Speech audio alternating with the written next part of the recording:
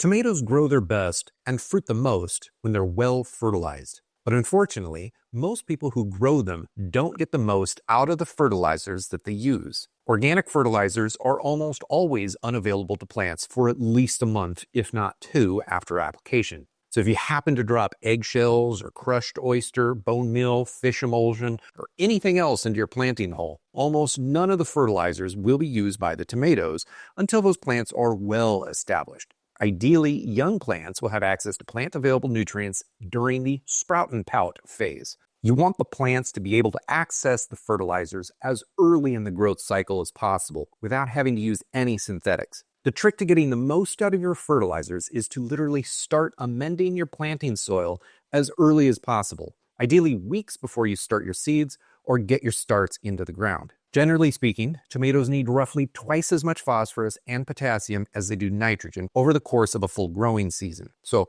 what I like to do is dose out in a bowl what my plants are going to need from roughly weeks 3 through 8. Because all seeds naturally come pre-packed to get the plant growing for the first couple weeks, I time my fertilizer priming to end around day 14 or so. For my tomatoes, I like to mix together bone meal, alfalfa meal, and langbeinite for my NPK inputs. Then I mix in a bit of mycorrhiza, worm castings, and humic acid just to juice the fertilizers even more. That stimulates a ton of biological activity.